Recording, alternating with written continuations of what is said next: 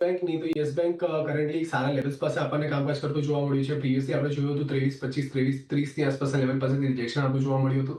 તો અહીંયાથી તમે 23, 30નો ટાર્ગેટ ધ્યાનમાં રાખીને ચાલી શકો છો. તમારા કોસ્ટ ને તમારો સ્ટોપ લોસ મેન્ટેન કરીને તમે અહીંયાથી યસ બેંકમાં હોલ્ડ કરીને ચાલી શકો છો. સેકન્ડલી તમે કહ્યું બેલમાં આપણને એક સારી મોમેન્ટમ બનતી જોવા મળી છે, એક સારી પોઝિટિવિટી આવતી જોવા મળી રહી છે. નીચેની સાઈડ પર આપણે 294ની આસપાસના લેવલ છે જે સારા સપોર્ટની જેમ સર્વ થતા જોવા મળી શકે, કારણ કે પ્રીવિયસલી આ જ પર્ટિક્યુલર લેવલ્સ હતા જેને એક સ્ટ્રોંગ હર્ડલની જેમ કામ કરતું જોવા મળ્યું હતું.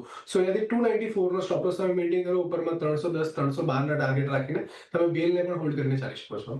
ઓકે, તો BHL પર આપણે હોલ્ડ કરી શકીએ છીએ 310થી 312ના ટાર્ગેટ માટે 294નો એક આપણે BHLમાં સ્ટોપ લોસ રાખીશું.